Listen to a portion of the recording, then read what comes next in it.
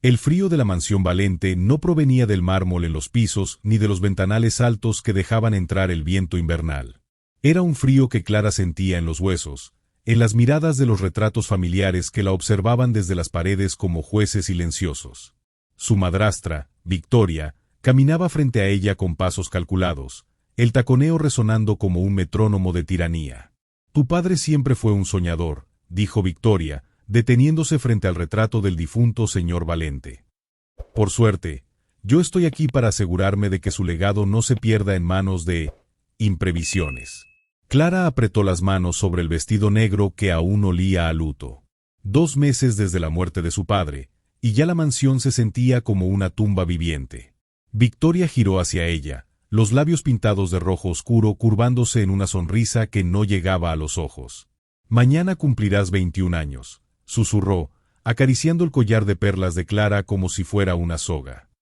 «Y según el testamento, si no te casas antes de esa fecha, la fortuna pasa a otras manos».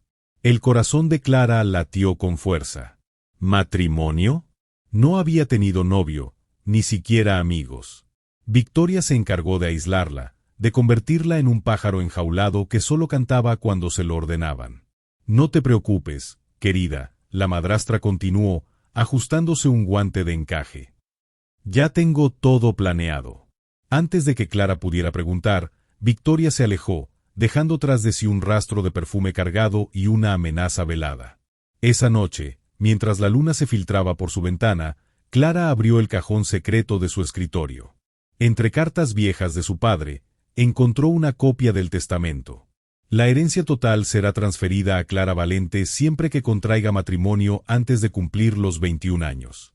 De lo contrario, la totalidad de los bienes pasarán a su madrastra, Victoria Montalvo. Las lágrimas cayeron sobre el papel. No era solo el dinero, era su libertad, su identidad, todo lo que su padre había querido proteger. Fuera, el viento aulló como un presagio.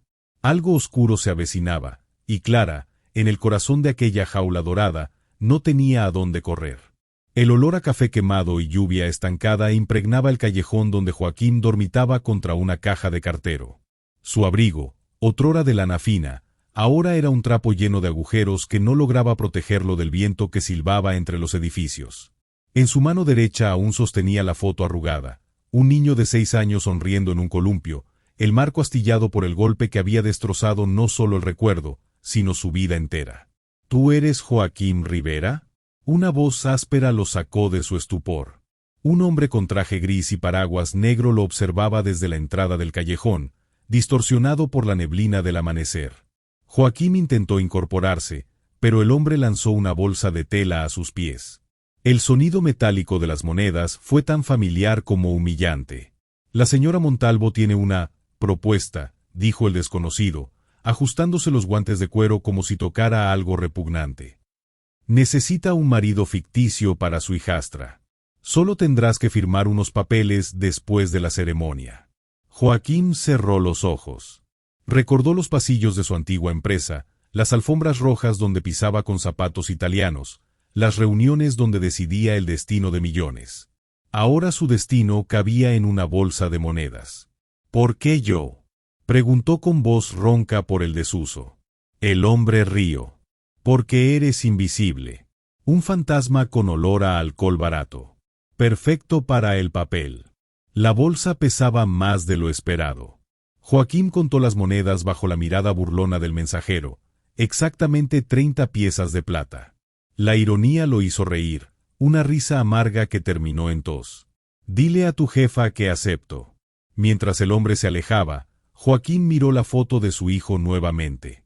«¿Qué harías tú en mi lugar, Lucas?». Pero Lucas no estaba. Solo el eco de su risa quedaba, mezclado con el crujir de vidrios rotos bajo sus botas. Esa noche, mientras se afeitaba la barba con un cuchillo oxidado frente al espejo sucio de un baño público, Joaquín juró que sería la última vez que vendía su dignidad. Pero en el fondo, sabía que las promesas hechas en lugares oscuros rara vez sobrevivían a la luz del día. Al salir, la lluvia había limpiado las calles. O al menos, eso aparentaban. El comedor de la mansión Valente brillaba con una luz dorada que a Clara le recordaba a las llamas. Docenas de velas parpadeaban sobre la mesa de caoba, iluminando los rostros sonrientes de invitados que masticaban langosta mientras observaban su humillación como si fuera un espectáculo. Victoria había elegido el vestido, un traje nupcial barroco, con mangas de encaje tan largas que parecían grilletes, y un velo tan denso que Clara apenas podía respirar. «Queridos amigos». La voz de Victoria cortó el murmullo como un cuchillo. «Hoy celebramos el amor inesperado». Risas sofocadas recorrieron la mesa. Entre los invitados, Clara reconoció a periodistas, jueces, incluso al alcalde. Todos cómplices. Todos dispuestos a cambiar la verdad por un pedazo del pastel Valente. La puerta trasera se abrió con un chirrido. Joaquín entró, tambaleándose levemente, su ropa mugrienta contrastando con la opulencia de la sala. El olor a alcohol rancio precedió sus pasos. Clara sintió náuseas.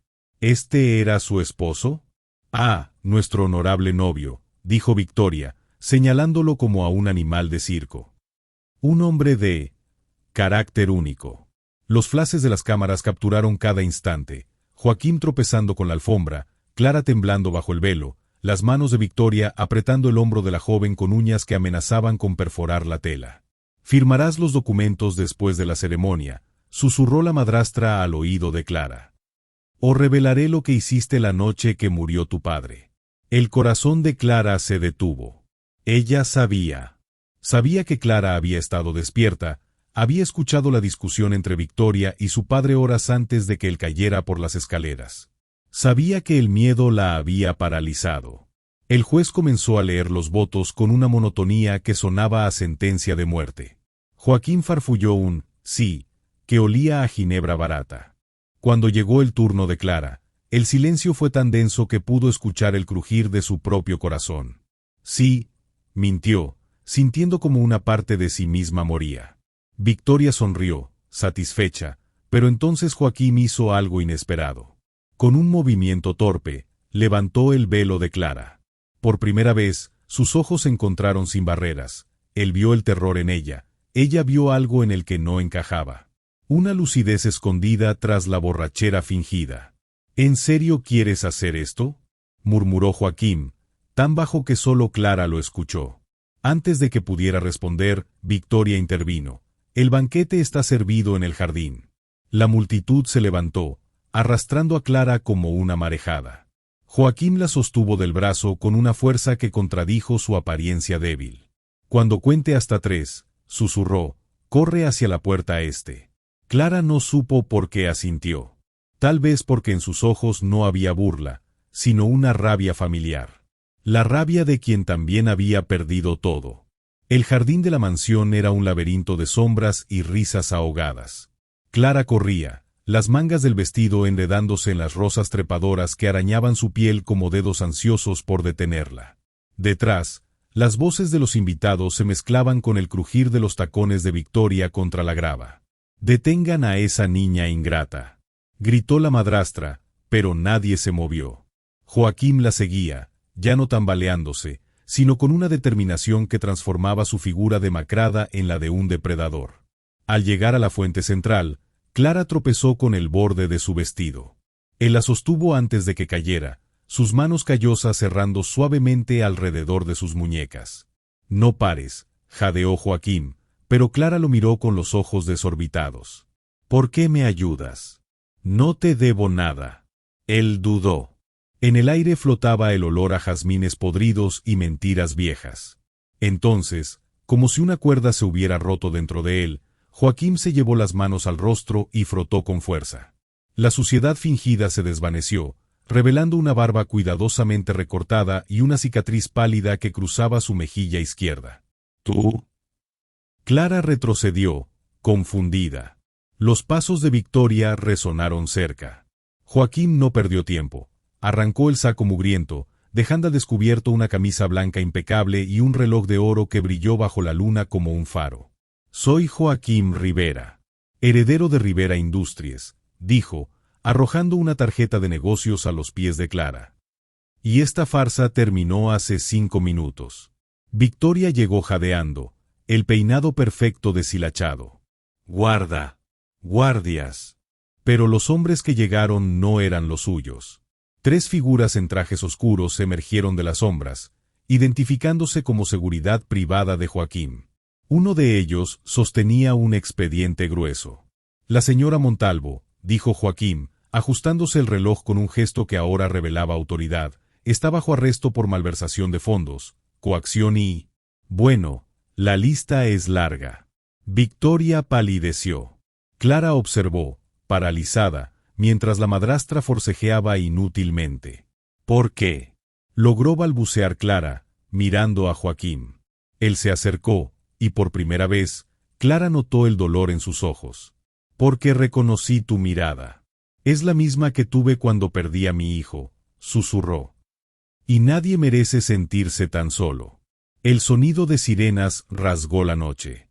Victoria gritó maldiciones, pero sus palabras se perdieron en el estruendo. Joaquín extendió la mano hacia Clara, no como un salvador, sino como un igual. «¿Vienes?». Clara miró hacia atrás. La mansión ardía en llamas metafóricas, los invitados huían como cucarachas, y su vestido de novia, ahora rasgado y sucio, ya no pesaba. «Sí». Caminaron hacia la verja principal, donde un auto negro aguardaba. Joaquín abrió la puerta, pero Clara se detuvo. «¿Y ahora qué?». Él sonrió, no con triunfo, sino con cansancio. «Ahora, señora Rivera, aprendemos a vivir sin máscaras». El apartamento de seguridad de Joaquín olía a café recién hecho y madera pulida, un contraste brutal con el moho de las calles. Clara se sentó en un sofá de cuero frío, observando cómo llenaba 2 tazas con manos que ya no temblaban. La cicatriz en su mejilla brillaba bajo la luz del flexo, como un recordatorio de batallas que Clara aún no entendía. «¿Por qué?», preguntó, rompiendo el silencio. «¿Por qué fingir ser eso?». Joaquín dejó caer un terrón de azúcar en su taza. El clink contra la porcelana sonó como un martillazo. «Después de que Lucas murió», dijo, sin levantar la vista, «los accionistas de mi empresa votaron para declararme incompetente. Dijeron que el dolor me había vuelto imprudente». Clara contuvo el aliento. En sus ojos, vio el mismo destello de rabia impotente que la consumía cada vez que Victoria la obligaba a sonreír en público. «¿Y fingirte mendigo fue tu venganza?». «Fue mi entierro», corrigió él, sirviendo el café con precisión quirúrgica. «Hasta que te vi en ese altar». Clara tomó la taza, dejando que el calor le quemara las palmas. Joaquín se recostó, desabotonando el cuello de la camisa para revelar una cadena con un dije en forma de tren de juguete. «Victoria no actuó sola», dijo, deslizando un dossier sobre la mesa. «Tu padre no cayó por las escaleras. Lo empujaron». Las palabras flotaron en el aire, venenosas. Clara abrió el dossier con dedos temblorosos, fotos de transferencias bancarias, correos cifrados, informes forenses alterados. Entre los nombres de los cómplices, reconoció al juez que ofició su boda, a 2 periodistas y a su propio tutor legal. Ellos me mandaban flores cada año por mi cumpleaños», susurró, tocando una foto del tutor con Victoria en un restaurante. «Decían que era un regalo de mi padre». Joaquín se arrodilló frente a ella, quitándole suavemente el dossier. «Lo siento», murmuró, y por primera vez, Clara notó que sus manos también temblaban. «A veces la verdad es otro tipo de prisión». Fuera, la lluvia comenzó a golpear los ventanales. Clara se levantó, caminando hacia la ventana. La ciudad brillaba bajo el aguacero, indiferente. «¿Y ahora qué? ¿Nos escondemos aquí hasta que se olviden?». Joaquín se acercó, reflejándose en el cristal junto a ella. 2 fantasmas en un mundo de luces. «Ahora», dijo, «usamos sus propias armas». El timbre del apartamento sonó, estridente. Clara saltó, derramando café sobre el dossier. En la pantalla de seguridad, un mensajero con uniforme de Rivera Industries sostenía un sobregrueso. «¿Lo esperabas?», preguntó Clara, ocultándose tras la pared. Joaquín deslizó una pistola del cajón de la entrada antes de abrir. El mensajero entregó el sobre y partió sin una palabra. Dentro, había una llave USB y una foto de Lucas sonriendo en el columpio, con una X roja pintada sobre su rostro. «No», susurró Joaquín, aplastando la foto contra su pecho. Ella no puede saber. Clara tomó la llave USB, insertándola en la laptop con determinación repentina. El archivo era un video. Victoria, en una celda, sonriendo frente a la cámara como una araña satisfecha. «Hola, queridos», susurró. «¿Creen que ganaron?» La pantalla se volvió negra. La mansión Valente olía a cerrado y culpa. Clara entró tras Joaquín, pisando las baldosas que habían brillado bajo sus pies de niña y ahora crujían como huesos viejos. La luz de sus linternas recortaba sombras monstruosas en las paredes, donde los retratos de Victoria parecían seguirles con la mirada. «La oficina de tu padre», susurró Joaquín, señalando la puerta al final del corredor. «Si hay pruebas, estarán ahí». Clara se detuvo frente al umbral. La última vez que había entrado, su padre estaba vivo, enseñándole a firmar documentos con una pluma de oro que ahora yacía rota en el suelo. Joaquín la tomó del brazo, rompiendo el hechizo del recuerdo. «No mires atrás», advirtió. «Las casas como esta guardan fantasmas que prefieren no ser despertados». El estudio estaba intacto, libros encuadernados en piel, el escritorio de caoba maciza, el reloj de péndulo que seguía marcando la hora exacta de la muerte de su padre. Joaquín comenzó a revisar los cajones con manos expertas, mientras Clara se acercó a la estantería secreta que su padre le había mostrado una Navidad. «Aquí», dijo, presionando un botón oculto tras un volumen de Shakespeare. Un panel se deslizó con un suspiro, revelando una caja fuerte. La combinación era su fecha de nacimiento. Dentro, encontraron un diario con páginas manchadas de vino tinto y una memoria USB etiquetada, «Para Clara, cuando sea fuerte». «¿Qué demonios?». Joaquín tomó la USB, pero un ruido en el pasillo los paralizó. Pasos. Lentos. Deliberados. Clara apagó la linterna, arrastrando a Joaquín tras el biombo chino de su padre. La puerta se abrió, y una figura delgada entró con una lámpara de aceite. Era Elena, la sirvienta que le llevaba el desayuno cada mañana con ojos bajos y manos temblorosas. «Sé que están aquí», susurró Elena, colocando la lámpara sobre el escritorio. «La señora me hizo quemar las cartas de su padre, pero guardé una». Clara contuvo un gemido. Elena abrió un compartimento bajo el reloj de péndulo, extrayendo un sobre amarillento. «Él intentó advertirla», dijo la sirvienta, deslizando el sobre bajo el biombo. «Antes de morir». Joaquín recogió el sobre. La carta, escrita en la letra temblorosa de su padre, detallaba cómo Victoria lo había amenazado con revelar un error del pasado de Clara si no modificaba el testamento. «¿Qué error?», preguntó Clara, pero Elena ya se retiraba. «No hay tiempo», dijo Joaquín, guardando la carta. «Tenemos lo que necesitamos». Al salir, Clara miró hacia el jardín. La fuente donde casi tropezó brillaba bajo la luna, y por un instante juró ver la silueta de su padre junto a ella, asintiendo con orgullo. «¿Lista?», preguntó Joaquín, sosteniendo la puerta trasera. Clara apretó el diario contra su pecho. Más que nunca. El cementerio de San Lorenzo estaba sumergido en una niebla espesa que convertía las lápidas en espectros inclinados. Joaquín se detuvo frente a una tumba pequeña, semioculta por la hiedra. «Lucas Rivera, 6 años», decía la inscripción, seguida de una frase que lo partía cada vez: «Volaste demasiado pronto». Clara observó desde la vereda, abrazándose a sí misma contra el frío. No había preguntado a dónde iban, pero el silencio de Joaquín durante el viaje había sido respuesta suficiente. Ahora, viéndolo arrodillarse para limpiar el musgo de la lápida con la manga de su saco, entendió que algunas heridas nunca cicatrizan, solo aprendes a sangrar en silencio. «Era alérgico a los chocolates», dijo Joaquín de repente, tocando el nombre tallado. «Pero los escondía bajo la almohada para que creyéramos que el ratón Pérez se los llevaba». Clara se acercó, dejando que la lluvia fina le mojara el cabello. En el suelo, junto a las flores marchitas, había un tren de juguete oxidado.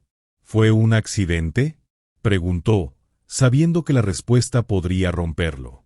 Joaquín cerró los ojos. El sonido de la lluvia se mezcló con su voz. «Estábamos en el parque. Le dije que esperara mientras respondía una llamada de trabajo. Una lágrima se deslizó por su cicatriz. Cruzó corriendo tras una pelota. El conductor del camión no lo vio. Clara se arrodilló a su lado, sin tocarle. El dolor era un animal que debías dejar respirar a su ritmo. Victoria usó eso contra ti, ¿verdad? Susurró. Por eso te escondiste. Joaquín asintió. Los medios dijeron que era un padre negligente. La junta directiva me destituyó. Mi esposa se fue. Hasta que un día, dejar de ser Joaquín Rivera pareció más fácil que seguir existiendo. El viento arrancó una hoja seca de la hiedra, dejando al descubierto una segunda inscripción en la lápida. Papá, perdóname. Clara contuvo un jadeo. Él no te culpaba, dijo, señalando las palabras. Joaquín siguió su mirada, y por primera vez, su expresión se suavizó. Lo sé. Pero yo sí. Al levantarse, dejó el tren de juguete nuevo que había traído en su bolsillo. Era idéntico al oxidado, salvo por una placa grabada, para Lucas, que siempre conduce hacia las estrellas. De regreso al auto, Clara tomó su mano. No era un gesto romántico, sino un pacto tácito entre dos náufragos. ¿Qué hay en la USB de tu padre?, preguntó Joaquín, arrancando el motor. Clara la insertó en el reproductor. El video comenzó con su padre, demacrado pero sereno, sentado en el mismo estudio que habían allanado horas antes. Clara, si estás viendo esto, es porque finalmente descubriste la verdad. La pantalla se volvió negra abruptamente. Un mensaje parpadeó, contraseña requerida. ¿Qué? Clara golpeó el asiento. Necesitamos esa contraseña. Joaquín esbozó una sonrisa cansada.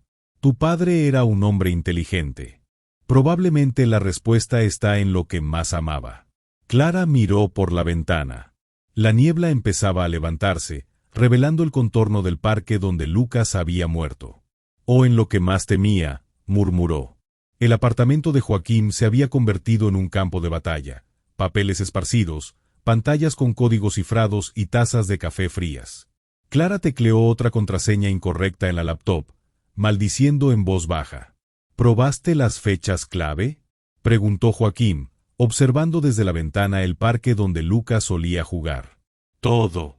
Su cumpleaños, el mío, hasta el día que conociste a mi padre. Un golpe en la puerta lo sobresaltó. Era el detective contratado por Victoria, un hombre con cicatrices en los nudillos y una sonrisa que prometía violencia. La señora Montalvo envía saludos, dijo, lanzando un sobre con fotos de Clara y Joaquín entrando a la mansión. Dice que robar documentos es un delito, incluso para héroes autoproclamados. Joaquín cerró la puerta en su cara, pero el mensaje era claro: Victoria seguía jugando sucio. Clara tomó las fotos, notando una en la que Joaquín sostenía el diario de su padre. «Espera, ¿qué hay escrito en la portada del diario?», preguntó, ampliando la imagen. «Para mi Clara, la valiente».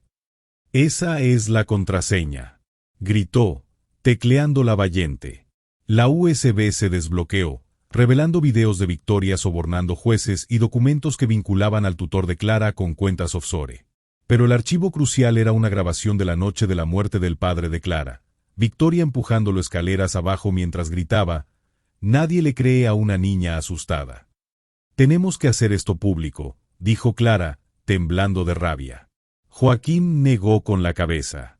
«Si lo subimos, Victoria lo tachará de falso. Necesitamos algo más. Algo que la obligue a confesar». La solución llegó con un mensaje anónimo: «Hablen en vivo». El miedo a la audiencia es su talón de Aquiles. Al día siguiente, Clara inició una transmisión en redes desde el apartamento. Sin maquillaje, con el vestido rasgado a un puesto, mostró las cicatrices en sus muñecas de tanto forcejear contra las esposas invisibles de Victoria. ¿Cuántos de ustedes tienen una Victoria en sus vidas?, preguntó, mirando fijamente a la cámara. Alguien que les dijo que su dolor no importa. Pues miren el mío.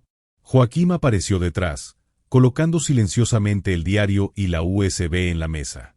Cuando Clara mostró el video del asesinato, los comentarios estallaron en apoyo. Para las 9 de la mañana, justicia para Clara trendeaba mundialmente. ¿Y si esto sale mal?, susurró Joaquín, observando cómo los seguidores de Victoria la atacaban en línea. Clara tomó su mano, notando que ya no temblaba. Entonces caeremos juntos. El timbre sonó de nuevo. Esta vez, era una mujer delgada con un sobremarcado con el logo de Rivera Industries. La junta directiva ofrecía apoyo a Joaquín, a cambio de su silencio sobre su pasado. ¿Ves?, dijo él, rompiendo el sobre. Todos tienen precio.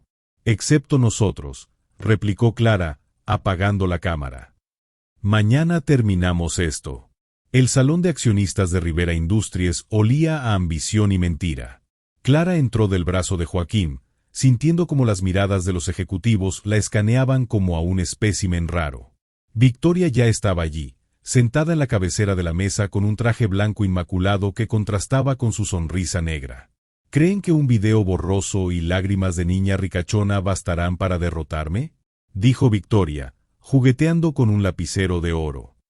Los jueces son mis amigos. La prensa, mis mascotas. Joaquín lanzó un sobre la mesa. Dentro, había fotos de los accionistas recibiendo sobornos, códigos de transferencias a paraísos fiscales y un pendrive que brilló bajo la luz como un fragmento de verdad. Hoy no estamos aquí por Clara, dijo Joaquín, activando la pantalla gigante. Estamos aquí por ustedes. El video comenzó a reproducirse. Imágenes de ejecutivos entrando a hoteles de lujo con maletas de efectivo, grabaciones de llamadas donde planeaban desestabilizar empresas rivales, y, al final, el clip de Victoria empujando al padre de Clara. «Falso», gritó Victoria, pero su voz se quebró cuando los accionistas comenzaron a levantarse, uno a uno, alejándose de ella como de una plaga. Clara avanzó, sosteniendo el diario de su padre como un escudo. «Ustedes me hicieron creer que el amor era una debilidad», dijo, mirando a cada rostro. «¿Pero saben qué es realmente débil? El miedo a que el mundo vea lo que hay detrás de sus trajes caros». Un hombre al fondo aplaudió. Luego otro. Pronto, el salón retumbó con un aplauso que sonaba a rendición. Victoria se levantó bruscamente, sacando una navaja de su bolso. «Si me pierdo, me llevo a todos conmigo», aulló, apuntando la hoja a su propia garganta. «¿Qué dirán cuando la gran Victoria Montalvo muera en directo?». Joaquín se interpuso, moviéndose con una calma que heló la sangre. «La muerte es demasiado fácil para alguien que nunca vivió», susurró, arrebatándole la navaja con un movimiento rápido. «Tú vivirás. Con el peso de lo que hiciste».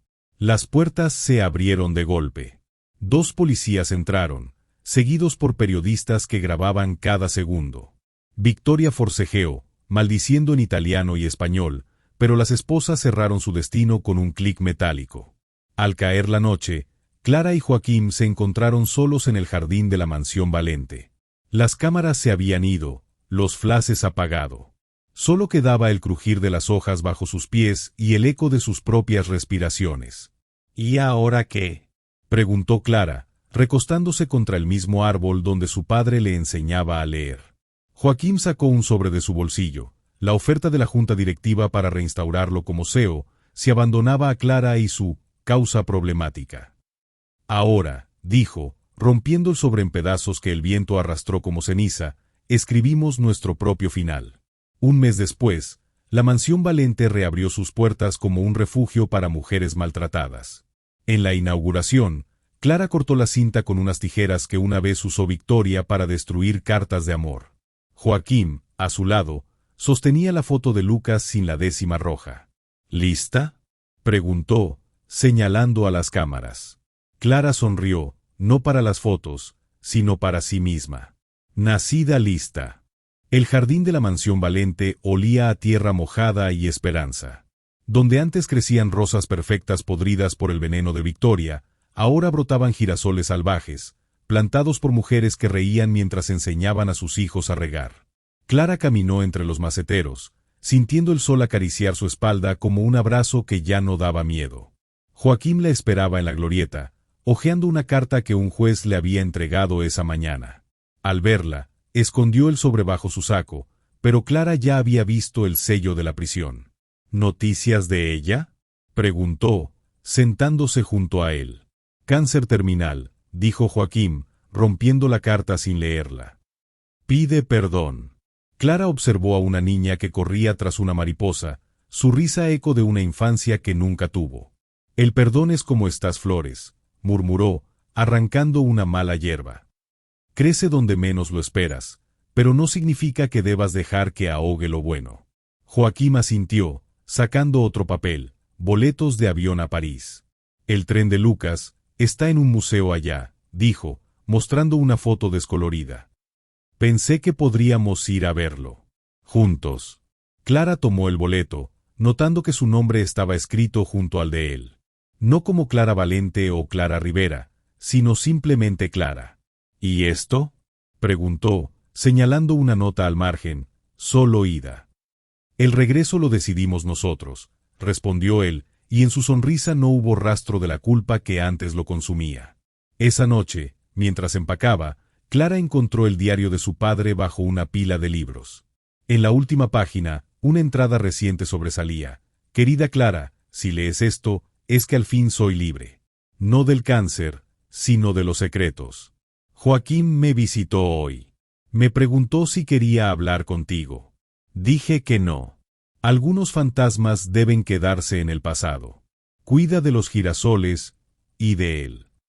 Las lágrimas mancharon la tinta, pero Clara no las limpió. Dejó el diario en el escritorio del refugio, junto a una foto de su padre sonriente. En el aeropuerto, mientras esperaban su vuelo, Joaquín señaló un anuncio en una revista. Expansión del refugio Valente a 10 ciudades más. Parece que tu legado crece sin ti, dijo, orgulloso. Clara tomó su mano, notando que ya no necesitaban palabras para entender lo que el otro callaba. Nuestro legado, corrigió. El avión despegó al amanecer. Mientras la ciudad se empequeñecía bajo ellos, Joaquín deslizó un anillo sencillo en el dedo de Clara. No era de diamantes, sino de acero, forjado con los restos de las rejas de su antigua habitación. Para que nunca olvides que eres libre, dijo. Clara rió, un sonido ligero que se mezcló con el zumbido de los motores. ¿Y si digo que no? Entonces, respondió él, cerrando los ojos con una paz nueva, me quedará toda la vida para convencerte. Mientras dormía, Clara miró por la ventana. Entre las nubes, juró ver la silueta de un niño en un columpio, balanceándose hacia las estrellas. Y supo, en algún lugar profundo, que algunos amores nunca mueren, solo aprenden a volar. ¿Quieres ser parte de una comunidad que transforma cicatrices en flores? Suscríbete ahora y descubre cómo tu apoyo puede ser el próximo acto de bondad que cambie un destino. Haz clic y renacemos juntos. Muchas gracias por tu presencia y hasta la próxima.